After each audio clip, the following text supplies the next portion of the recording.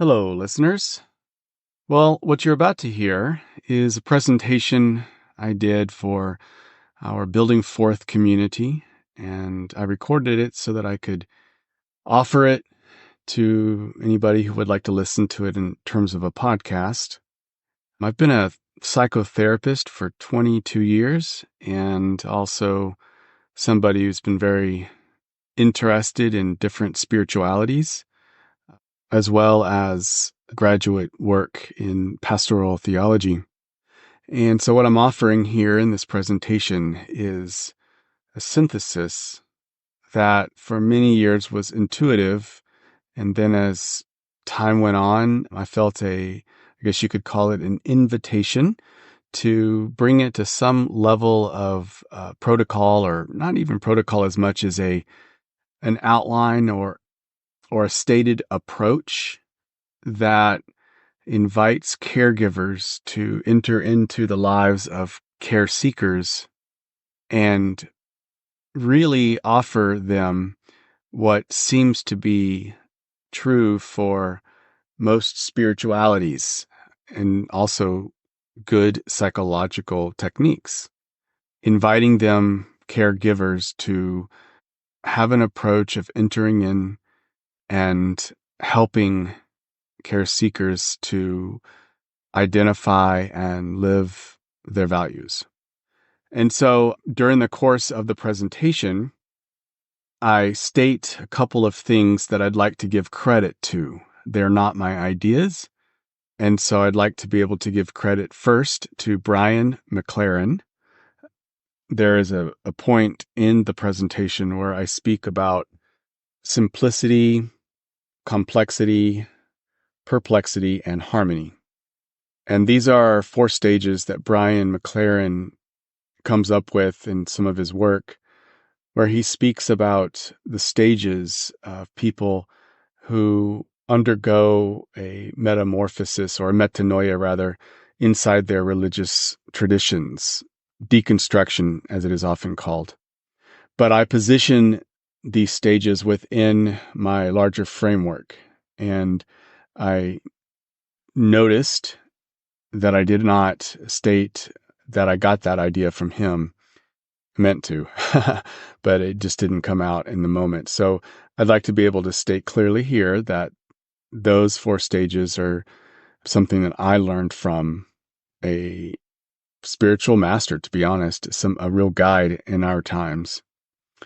Also, I'd like to state that Richard Rohr, who is a spiritual father to me, as well as a primary mentor in my life and has been for years and years, a lot of what I am presenting is my distilled and synthesized presentation of how to perhaps live some of the stuff that he teaches. In other words, putting it into praxis. And at one point, I talk about the 3 steps forward, 2 steps back. 3 steps forward, 2 steps back as a pattern of loss and renewal and loss and renewal. And I don't believe I stated that I got that from him. So I'd like to be able to offer that at the outset. But anyways, I hope that you enjoy the presentation, and please feel invited to reach out if there's any kind of dialogue or conversation you would like to have, if you feel so inspired. My email is doug@cosmicchrist.net. Thank you. Calling this the ship's approach, And what it is my attempt to synthesize, to present a working praxis meaning taking philosophy and theology and technique and counseling and all of that stuff and bringing it to a level of practice so that it can be incarnated out into the world. Yeah. And if you take, at least what I've tried to do is see how different spiritual traditions, to, I would argue, the level that I can, to see the spiritual traditions, to see the different spiritual seeking, things that I've learned from mentors, good guides, elders, as well as very, very good techniques in counseling. And if you boiled all of these things down, what might we have? That's the question. And I think it's taken me about 22 years to allow some of these synthesis to work, to come together in my unconscious, and then it moves into my subconscious. And then hopefully it's somewhat coherent tonight. Now, let me say it this way, that there'll be nothing that I share with all of us here that is going to be something you don't already know. And I hope that's always the case tonight, because if it's new, then I've probably missed the boat. See what I did there? Ship's boat.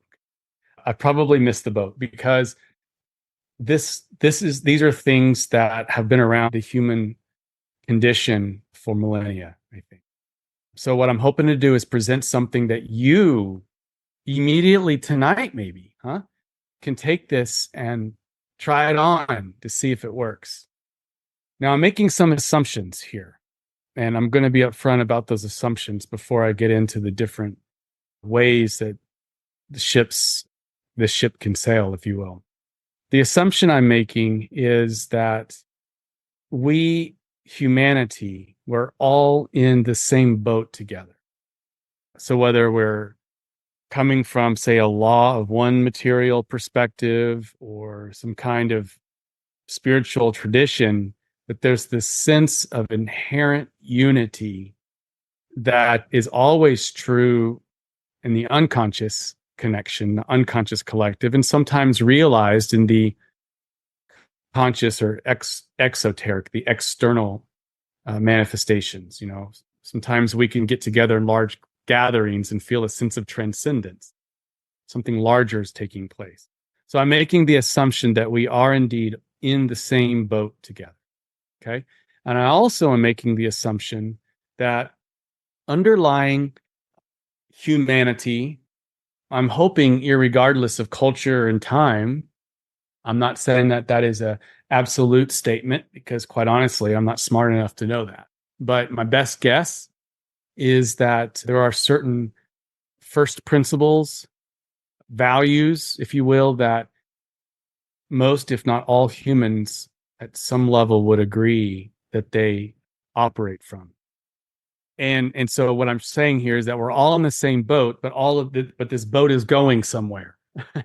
It's moving forward, and the wind that it's moving forward would be the values that we share. Okay.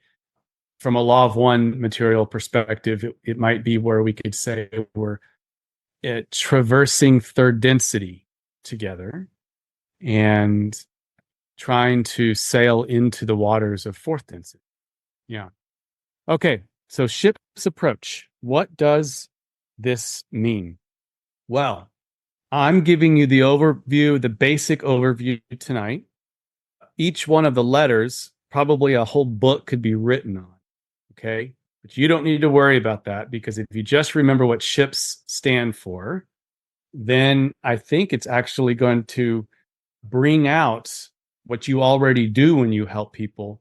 It'll bring it out and hopefully maybe give you an outline of a step 1, step 2, step 3, step 4 that could give you the chance to be even more effective, if that's your desire, in helping others. Okay. All right. Now, I can't see anybody. So if you do have a question, either raise your hand and maybe Troy could call on you, or just blurt it out. Either way, I think it's fine. Okay. So the first thing is, the reason why I have the I as written as an exclamation point is because it's the most important part of the whole acronyms, SHIPS. I is the mast. Okay. It is that which is connected to the other letters. And it stands for interview. And we can nuance that meaning, interview, by thinking of entering the view of the other, entering the worldview of the other, trying to understand that everybody has a viewpoint, which is a view from a point, and that my viewpoint is not necessarily someone else's viewpoint. And so when we're doing this ship's approach, we are always invited to try to enter into and discover and work from the point of view of the other. Okay. If we take the word interview actually and look at it in the way that we might say interfaith, you might have heard of the term an interfaith gathering or intercommunal gathering. It's this sense of, well, I guess you could even say internet. Yeah. But this sense of sharing our views, seeing each other and sharing them. And it's in the spirit of dialogue, which is interesting when you look up the origins of that word, dia, meaning through, and is sometimes translated as flow, and log coming from logos. So can you see that when you are entering into dialogue, entering into the view of another, you're actually sharing the flow of the word, the logos. Isn't that interesting? Yeah. So you can see already, I'm hoping that this has meaning in lots of different spiritual ways, even if it's also perfectly congruent in psychology too, in counseling skills. Okay. So why it's in the middle is because when we are going to see that in order for each of the other letters, the S and the H before the I, and the P and the S after the I, after the interview letter, that we have to always enter into the S through interviewing, entering their view, and then the H through entering into their view. So each one of those is always coming back to the I in the middle. Okay, so S stands for solidarity. We enter their view, and our goal with the S is to enter into solidarity with the other. Entering into solidarity with the other. All right. And I'm going to introduce each one of these letters, and then I'm just going to give a little bit of a overview of each one of the letters just a little bit further. And right now is actually the time of when I want to ask if someone might have a sense of what solidarity means to you. I'd love to hear it. So what might solidarity mean when you hear that word? Or how have you been touched by someone who's been in solidarity with I feel it's like the oneness that we share with each other. you? Mm-hmm. Good. Psychology and psychiatry talk about rapport building. So rapport would seem like a synonym. Mm-hmm. No doubt. Getting into beginning that relationship and entering into some kind of field of consciousness with the other. Yeah, Sirac, you were about to say something? Yeah, I think for me, it comes when maybe I'm sharing a thought or a feeling with a friend and they respond with something to the tune of like, wow, that makes sense. Like, man, that makes sense why you're or they'll say something like, man, of course you feel that way. Man, thank you for, sharing what you're sharing. It kind of reaffirms, sometimes I share, and as I'm sharing, I get more insecure the longer I talk. But when someone stands in solidarity with me, statements like that resonate. That's beautiful. Thank you. I would say that 95% of the time when you and I want to vent to somebody or we have a problem and we want to share it either with friends or a partner or loved ones, we're actually not looking for the other person to fix us. Even though, especially as guys, okay, I'll say it myself, but usually guys feel this desire to fix because we're good at fixing things. Problems are diagnosed and then solved. But actually, solidarity is its own healing energy. It's the sense that if I know I'm not alone, if I know that we're in this together, I can bear so much. You can bear so much. If I know I'm being accompanied, that someone is bearing with me, then already most of what I really had a problem with, especially in terms of trying to make sense of something, can really be decreased a lot. The intensity decreases. So solidarity is immensely therapeutic. It's immensely helpful. And it is what most of us are actually looking for, is to be well met. Okay, we're going to talk a little bit more about what that means in a second, but is there anybody else that wanted to offer a thought about solidarity? Susie? It just seems like holding space for somebody in a really pointed way, like you both know, I'm on board to just hold space, go. And you're safe with me. And you're so safe with me. Underlying what you're saying there, Susie, is that I'm already in touch with my vulnerability. And so you're safe with sharing your vulnerability without me judging you. Why would I need to judge you if I already know about myself? And in fact, I've learned that my vulnerability and being in touch with that is actually my strength. So I'm inviting you to share your vulnerability so that we can support each other, because I already know that that's how we move forward, right? Like you can get that sense, huh? Yes, very much so. Oh, good. Okay, moving along. We're going to go to hope. So the next letter is hope. And again, we enter into their view of the other person. And here we're trying to understand what gives them a sense of hope. And the first stage of this, as we're entering into their view, is either listen for or directly ask, how have they felt hope in the past? What has inspired hope for them?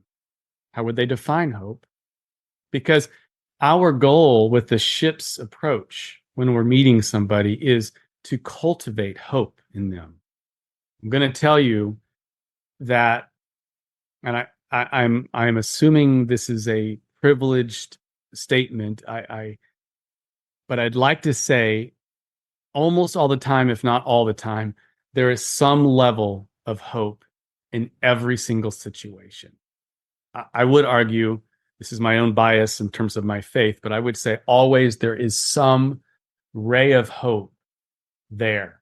And our job in some senses is to be a gardener. That's why I use the word cultivate, right? Because maybe it's to plant a seed of hope where one thought there wasn't any.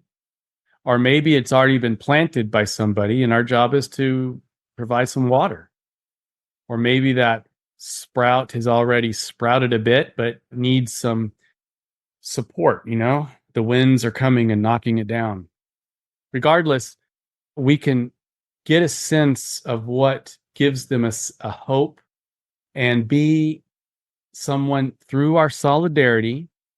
We enter into that hopeful energy and tap it with them, activate what is in potentiation there. In a little bit, we're going to talk about actually one great, perhaps, definition of hope is creative energy that is always and everywhere present and ready to be activated. Okay.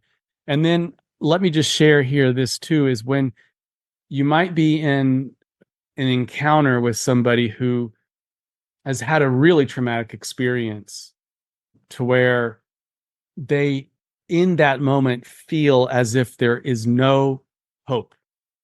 And I know in counseling, occasionally I'll have a client whose capacity to identify, see, and even hope for hope is gone. Now, because I believe there's always creative energy, even there in potentiation, always maybe buried under the soil, okay? But because I believe that, I make the following statement to such people as I say, well, listen, I know right now you have no hope. but I want you to know I'm carrying your hope.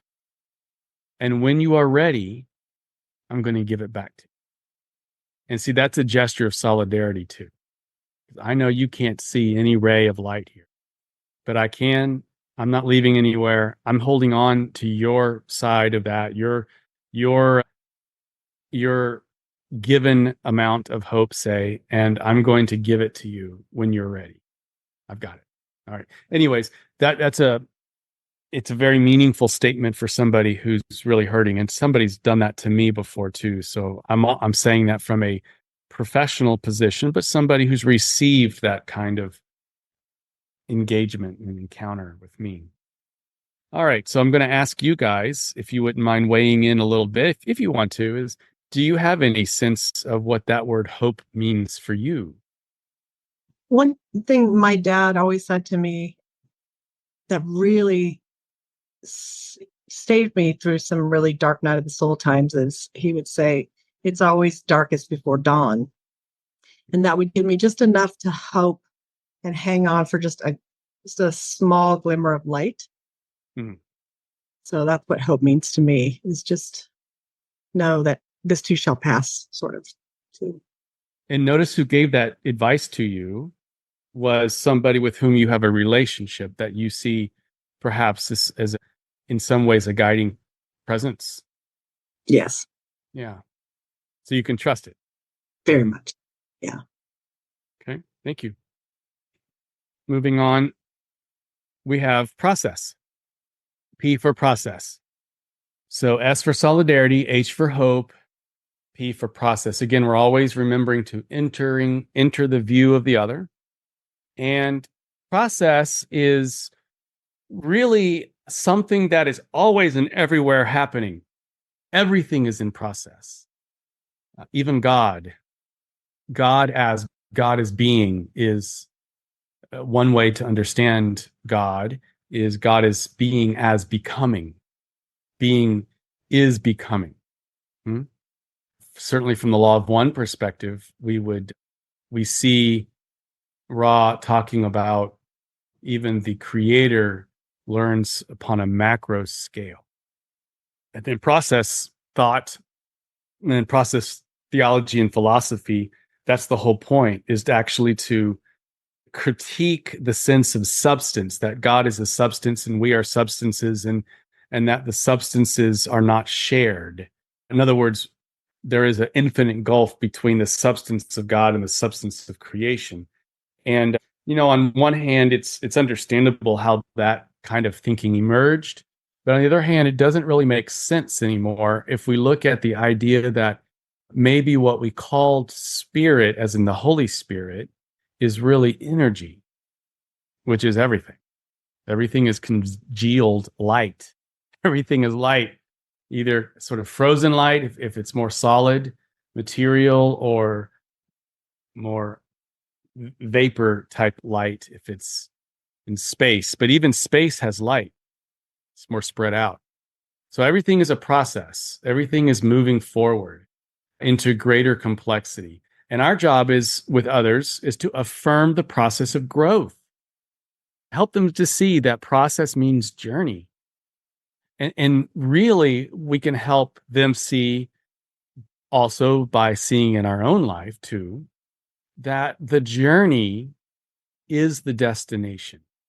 Now, granted, this kind of wisdom is more naturally seen, embraced, and lived from in the second half of life. But it doesn't have to be, we don't have to wait till the second half of life if we're not there yet, chronological, because you can embrace now, even in your own life, if you're younger, say, is thinking about when you've really wanted to go somewhere, or maybe we idealize a future, seeing our present as intolerable in some way, idealizing a future. But then when you get to that future, when that future becomes a present, well, then all of a sudden we might have a real letdown. It's anticlimactic in some ways. Maybe we have a little awareness that we put a lot of eggs in that basket of the future, but we missed enjoying the process of having that future move into the present. So I think what we can do is help others, first off, by seeing the wisdom for ourselves, that the journey to, we hope, is a joyful future, but that journey actually has to start now, or we never get there. Even happiness, we might be happy for a nice meal, but even as we're going and processing the meal, there's a little part of us maybe that is starting to get the fishing lure and the rod and reel, and casting our thoughts to the future of some other kind of meal or experience that's happening after this. Okay, so the journey is the destination, and that when we can have the perspective that the journey is the destination, there is a sense of joy there. Joy is often, can be defined or seen as an undergirding understanding of perspective. Okay, it's the 40,000 foot view, even as you're down on the ground. So holding the macro with the micro together actually gives you a sense of joy, because you can kind of really sense how it all does belong. And even though it's not our job, say, to know all the details of how things will emerge, we can know that there is an aim to everything, that everything is moving towards some kind of orientation or an aim. And what seems to always be true, from the micro to the macro, from psychological to the physical to the spiritual, what always seems to be true, check it out in your own life, is that everything moves from a simplicity to a greater complexity to a perplexity, finally to harmony. I'll say it again. Think of maybe when you were a child, or maybe even if you've struggled with your faith of origin, try to bring some way that you really struggled, okay? And maybe when we're younger, we see things as simple, or maybe we know people who are fundamentalist Christians, for example, and they have a very, quote, simple faith. There's white, black, there's right or wrong, white and black, either or. It's all very simple and prescribed, huh? Okay. At some point, though, if we're moving and appreciating this greater perspective, it's going to bring us into complexity. We're going to start to feel how everything is really much more complex than we thought. Even inside of our belief system or something, we're like, whoa, it's a little bit more complex. Sometimes, though, we start to encounter such differences when we meet other people in solidarity and what gives them hope and things like that, that our way of understanding the world and their way of understanding the world seems to be incompatible. And this brings us to perplexity. Perplexity is really where growth happens. It's where I don't know anymore. Give you an example. I've known it a couple of times where you might have somebody who's trying to be faithful to their faith of origin, which might hold homosexuality as a sin or something along those lines, or maybe it holds some cultural people as less than. I'm looking around at my fellow Texans, often holding migrants as less than, or something along those lines. Okay. But what happens when we may have a gay kid? What do you do then? Because then you got to choose. Do I choose my kid? Do I choose my faith? Oh my God, I'm in perplexity. Or what happens when you meet somebody who is, quote, the enemy, and damn it, you can't deny that they're just like you in their first principles and their desires to be human and grow. All right. So that leads us to perplexity. And it's only through holding perplexity long enough, doing solidarity, expanding our sense of hope, all of that, that we move into harmony. Notice that when we do harmony, if you listen to a symphony, that it's not just one note. It's not even usually just two notes. Lots of notes. There's sometimes minors, chords inside, massive chords. It all holds together and creates a beautiful, complex array of diversity, all held together in a unity. Okay, so that's harmony. And see, when we can get into harmony at some point in our life, then we have joy the next time that we think we're in simplicity, and then we move into complexity, and then we get perplexity again. We can hold it all together as, well, you know what? There is a pattern here. And I can feel joyful about that because I'm no longer worried about how this might unfold, even if I don't know the particulars. All I know is that I'm participating in something that has me. My yes is important. Okay, and lastly, process honors the idea of the spiral growth. 3 steps forward, 2 steps back. 3 steps forward, 2 steps back. That you and I, if we look at our life, we feel like we understand things. We've got into harmony in some ways. I'll never forget what I now know, that kind of thing. And then it could be the very next day, or it could be a little while down the road, if you will, where we lose perspective in some ways and we feel ourselves, quote, slipping back, okay, and we think we're going to be slipping back all the way from where we started. But the truth is, if we're listening to and learning from our life's journey, we realize that we might have started here, and then we do the 3 steps forward, and then we have 2 steps back. And then we do again 3 steps forward and 2 steps back. And we repeat that. So, 5 or 6 cycles down the road, we'll do a 2 steps back, feeling like we have to start all over. Because each time you lose the 2 steps, the trick is you feel like you're very, almost always, you feel like you're back at the start. But the truth is if you bring over and put on top of each other the 2 steps back of the 5th cycle, overlay it on where you started the transformational journey, there's a mighty movement to greater awareness, even on the 2 steps back. So that's that process. And so you can almost see it as a spiral it's a spiral that starts smaller, more narrow, and actually expands as we go up. We learn to open up our hearts through the 2 steps back when we surrender into the 2 steps back, and then we start again and we engage the world. We feel like we've got it, and then something happens and we contract. But our contracting is a little bit less contracting and narrow than when we started. I hope you can see that. So that's process.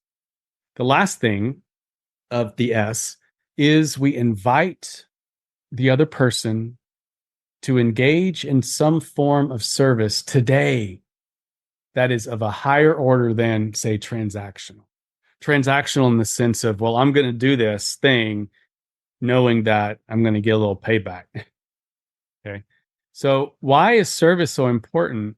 Well, as we'll see here in a minute, because I've got a little bit of data on it, but service itself has become it's been studied a lot in counseling circles to be one of the primary tools to help clients navigate anxiety and depression. Serving others it actually is a tool recommended to decrease our experience of intense anxiety and depression. You can already probably imagine why, and we'll talk about it in a second, but as part of the ship's approach, entering into solidarity, cultivating hope, honoring process in their lives, and then rather assertively, obviously not aggressively, but assertively inviting them to plant some kind of seed of service, of love in a hidden way. And they may not even think it's going to be that big of a deal, but you gotta just trust that metaphysically it is always and everywhere true that it is in giving that we receive. Okay? So, wanted to just circle back and give us just a few phrases on solidarity. Since I introduced what solidarity was, I just want to give first off an image so you can see there's 4 people, young people, arm in arm. Their backs are towards the camera, so what we see is their backsides. They're facing forward together. You don't see a leader and you don't see a follower. They're arm in arm, literally arm in arm, walking lockstep together towards a future that is unknown, but will be traversed together. And I know one or two of you must know what Ram Dass is famous for saying. If you remember, you can say it. You remember? We are all here Walking each other home. Yeah. We're all here just walking each other home. Isn't that a beautiful image of solidarity? So here it is. Engaging the other in solidarity so that the other feels seen, heard, accepted, and accompanied. In other words, when you and I are doing the ship's approach and we're meeting somebody, even if it's just for 5 minutes, we can still really, really try to make this our goal, is that when I leave you, okay, when we leave and I'm walking away and you're walking away, I know that there will be some level of solidarity when I can sense that you feel seen by me and heard and accepted and accompanied, that there's not me in front of you or me above you, but rather I'm in it with you. Huh? Okay. And a mantra maybe that is really helpful to hold in the heart is connection over correction. That even if I strongly disagree with this person in front of me, even if I have to say, wow, I really see this differently than you, you know, my energy and my desire in relating to that person is gonna lead with connection over correction. Because if we have the energy of correction over connection, believe me, I don't care what your words say, it is transmitted, the correction energy, and we've already stopped the flow of engagement with the other person. We've lost them. Quite honestly, we've lost ourselves, because whatever we are sharing in the spirit of correction over connection not only will not be received, but honestly is likely coming from a place of inside us that is not integrated. And what I mean by that is, and I've seen this in myself, where I find myself correcting somebody or telling what they should do or should blah, blah, blah. And then realizing, my God, I don't take my own advice. That'd be really nice for me to follow. You know, who am I to say that because I'm a hypocrite? So connection over correction is a great way to really live inside this humility that works. It works. Hope. All right. Identifying what has inspired hope in the past during times of perplexity. Identifying the times of, quote, resurrection in their lives after times of, quote, crucifixion. And how thankfulness is possible when we take development into account. In other words, sometimes heard in places like AA meetings, you'll hear somebody say, oh my God, I've lost everything. I've lost my wife and my home and my, custody of my kids. And I had to be in jail for a while and I lost everything, had to start all over. And oh my God, I never, ever would have chosen that ever. But the miracle of miracle is that I can sit here in front of all of you and say, but I'm so grateful that I went through it. because I wouldn't be here with the way that I know how to love anymore if I hadn't. Wouldn't have chosen it, wouldn't want to do it again, but I can say with a certainty that I am so thankful. And if we're listening to our life, we have had those moments.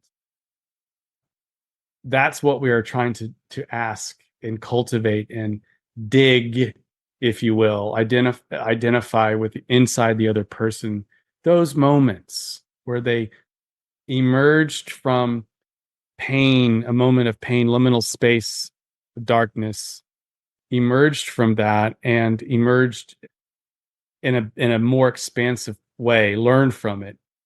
What is it said? What doesn't break you makes you. Okay. Now, this is also something very important. The last thing about hope I want to share is that I really believe this. Now, there might be better definitions of hope, but I want to share something that I've been playing with in my own mind. See if it works out for you. Hope is actually maybe well understood as the extremely potentiated creative energy that is always present, can often be felt, can always be shared, and in fact is the hidden reconciling force that can reconcile seemingly opposite energies or conflicts that you don't feel like can be resolved. That feeling that it can be resolved, that there's something that can be resolved here. I don't know how. I don't know what we're going to do. I don't know what movement to go into. My God, what are we going to do? Just trust that in that moment, maybe planted 5 layers down in the soil beneath your feet, is a churning and burning ball of potentiated energy that's ready to be tapped and explode open in a sort of a big bang of creative energy. That there's something right there every moment as you experience life. There's something right there in the moment with you that is yet to be tapped, but always present to be potentiated or released if we can but tap it. And often it is felt. It's that little sense of ray, a light at the end of the tunnel, or sunlight around the clouds of darkness. It can be felt as a warmth, as a quiet okayness, a quiet, subtle invitation to trust, even if that seems like folly. And hope can be shared. My gosh. That is I think that's one of the messages of good spiritual traditions, is that it's a mechanism to share hope towards shared love, towards a greater feeling of love and manifestation of love. It's always shared. And as I said, it is a hidden reconciling force. What I mean by that is whenever there is an affirming force that goes in one direction, the status quo, what you think is whatever life is for us right now, and then all of a sudden it meets this wall, this denying force, and it feels like you can't get over that. In that exact moment, there's always a reconciling force that what it would do is it wouldn't reconcile the problem by blasting through the wall, because that would just be repeating the same consciousness of mind that got us into the problem. That's why the war in Gaza is not going to produce anything what people hope there. It's just going to create more of the same problems. Hamas is going to grow 100 times. This idea that there's such a thing as redemptive violence is a fantasy. But if we have this right here, and then we midwife, you go looking for it. You midwife this reconciling force to reconcile the problem.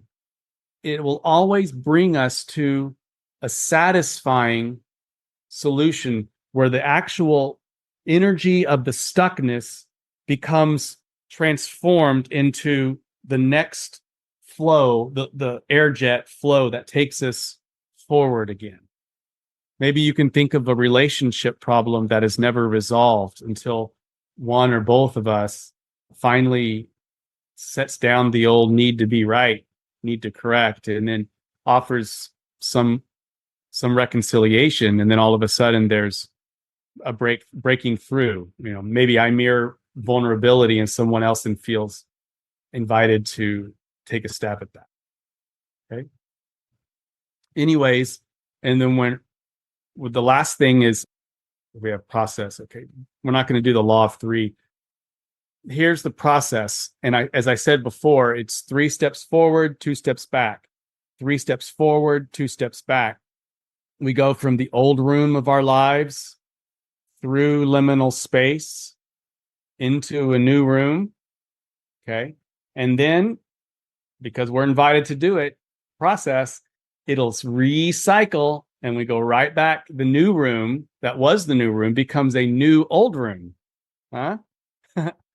What was the resurrected state ends up becoming the status quo for a while, and we're always called to leave the old room back into liminal space, the dark nights, moving in, and then finally we navigate that well, and then we're going to reemerge into a new room, and the cycle just continues. So that's process. And then the last thing is we have service. And I just read these out loud, and then we'll close. Service, this is according to the National Institute of Mental Health, improves physical and mental health. Service provides a sense of purpose and teaches valuable skills. Service provides the opportunity to actually nurture new and existing relationships. And of course, metaphysically, it's always a spiritual truism that whenever we give in service, we actually receive the same energy of love and light that we freely give away becomes our experience, because you're simply giving to your other self, the other cell in the body. So there we have it, ship's approach. And so if you can maybe remember solidarity, hope, process, and service all through interviewing on each step, entering their view, then it'll take what you already do. In fact, you might even be doing this anyways, but it will take it and maybe even give you just a little bit of a structure. Okay, so I'm going to just ask if there's any thoughts or questions. We can certainly talk a little bit here. Okay. It will be interesting if maybe next week, which is going to be what will be next week? It's going to be a law of one presentation, but we don't have to do that next week. We could just maybe see if you guys if we wanted to try this out and see how it works, and we could report back. Rudy, did you have something you wanted to say real quick before we end? Yeah, I wanted to ask, when the perspectives are really far apart, what's the most important thing for accessing the I part of the process? I know that 60 seconds is not the best format to give you for answering that question, but yeah, in my experience, but I've not been in every experience, of course, when there are really, really opposing viewpoints, all right, and if the relationship is worth it to you to try, or you feel called to enter into this, then admitting where we differ while having the spirit and energy of connection, ask them open-ended questions to dig and find what 3 values do they hold as foundational. All right. And one way I do that is say, well, if you were to die and then you were able to come to your funeral and there was your loved ones sitting around talking only good things about you, and you can go up and listen, what 3 things would you really, really hope they say about you? And get them to articulate them, and then maybe even ask them to, what does that one mean? What does that one mean to you? So once you have that foundation, then you can share maybe yours, or maybe you can say, wow, we have some very similar ones, and ask them then how, in their view, does their particular opinion about something match with their values? Because then you can share how your opinion matches even with their values or with your values, and at least get across that our values are the same and we might differ on how they look, but we can at least work on our differences given that we might share some common values. Like I said, each one of the letters is a whole book. So that's just one example. Thanks. Yeah. Well, thank all of you for allowing me to share this. I hope it was interesting. Thank you. God bless, and we'll see you next week. Bye. Thanks, Doug. Beautiful, brilliant. Thank you.